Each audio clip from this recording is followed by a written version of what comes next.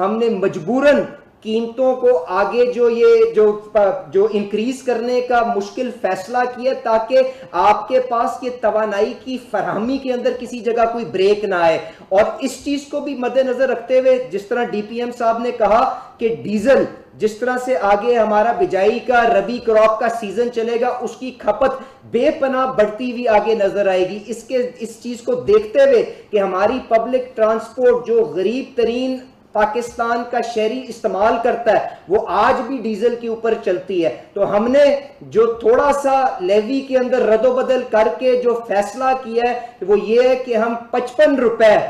दोनों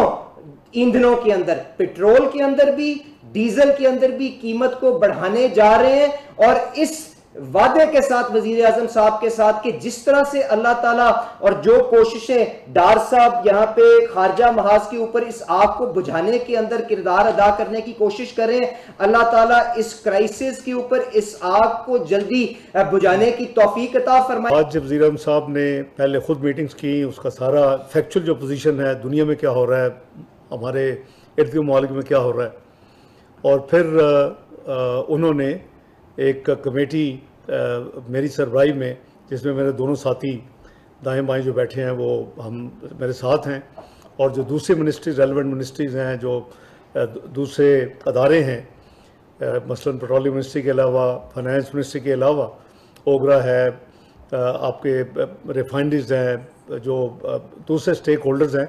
तो उनको हम सब ने तीनों ने मिल के एंगेज सारा दिन रखा। और मकसद ये था कि हम ओवरऑल जितना मिनिमम पास ऑन कर सकते हैं लोगों को,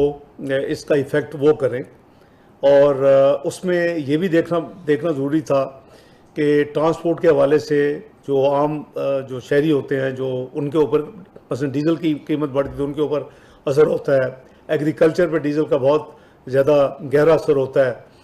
इसी तरह इसको बैलेंस करके कोई रास्ता निकालना था। लेकिन जैसे आप सब जानते हैं कि एनर्जी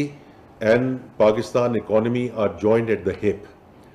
तो इसलिए हम इसकी जो वाइडर इम्प्लिकेशंस हैं उसको भी देख रहे हैं फॉर द इकोनॉमी, और इन terms of short term, medium term, long term. और इसी वजह से उसमें कॉमर्स मिनिस्टर भी हैं कि इंपोर्ट एक्सपोर्ट पे उसका क्या इम्पैक्ट होगा गोइंग फॉरवर्ड। अगर खुदा न खास्ता, जैसे डिप्टी प्राइम मिनिस्टर साहब ने कहा कि दिस लिंगर्स ऑन, और ये वीक्स और मंथ्स में अगर कोई चीज़ जाती है तो उसका जो मैक्रो इंडिकेटर्स पे क्या इम्पैक्ट होगा, whether it's inflation, whether it's foreign exchange reserves, remittances etcetera. तो इस वक्त अल्लाह ताला का शुक्र है कि